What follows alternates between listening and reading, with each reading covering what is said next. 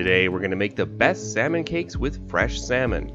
Now my wife says she hates fish, but she really loves these. In fact, she asks for seconds. So if you have someone in your life that thinks they hate fish, this might be a good way to get them to change their tuna.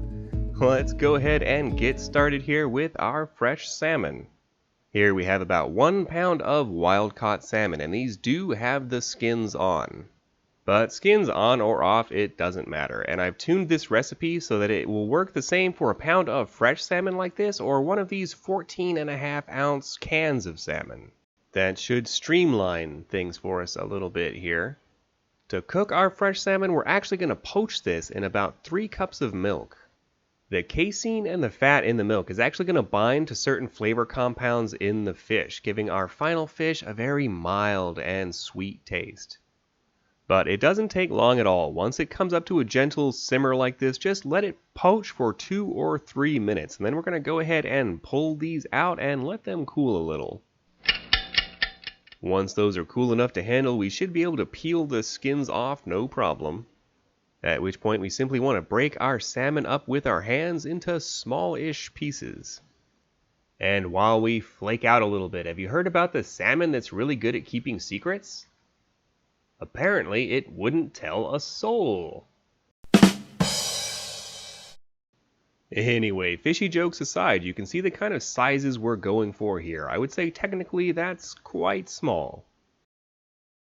At this point we can go ahead and add our other ingredients, starting with half a cup of regular breadcrumbs, 1 large egg, 1/4 cup of mayonnaise or sour cream, about a tablespoon of coarse ground mustard, 1 teaspoon of salt, and cracked black pepper to taste. And we'll just get all of that mixed together. You'll notice we're not adding in a whole lot here. We're not making cakes. We're making salmon cakes. This is all about the salmon. We're only adding enough here to get these to stick together into little cakes for us. Once our salmon mixture comes together, we can go ahead and form these into whatever shapes we would like. I like to roll mine into little balls instead of the classic patty shape, especially because I'm going to be semi-deep frying these. If you're just going to shallow pan fry these, you might want to go with the flattened patty shape instead. Now for that great crunch on the outside, we're going to go ahead and bread these, starting with rolling them around in a beaten egg, and then in we go to our panko breadcrumbs. These are Japanese breadcrumbs.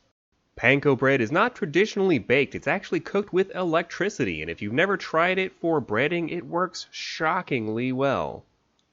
We're going to go ahead and fry these in about 1.5 inches of oil. I love my wok for this, but a cast iron skillet or Dutch oven would be my second choice. Our oil should be around 300 degrees, but if you don't have a thermometer that you can check that with, just dip an edge of one of your salmon cakes in, and if it sizzles, your oil is good to go. We'll just continue cooking these for 2 or 3 minutes, and then we'll just give them a flip. Because we're pan frying them, sometimes the part right against the pan gets a little darker, but that's normal. We'll fry for another 2 minutes, and then we're going to go ahead and pull these off, and while they're still hot, hit them with just a pinch of salt. Doing that right as they come out lets that salt stick on there nicely for us. My favorite way to serve these is just on a bed of lettuce with some homemade tartar sauce and some air fryer french fries. And speaking of air fryer fries, I'm going to be putting out a video on that later this week, so stay tuned. The outsides of these have a great crunch and the insides are soft and light. Who knew making the best salmon cakes would be this easy? I really hope you've enjoyed today's episode of Passion for Food. If you have, don't forget to give me a thumbs up below, subscribe, and hit that little bell so you don't miss our future recipes. And check out one of the other great videos playing on the screen now. This has been Graham with Passion for Food.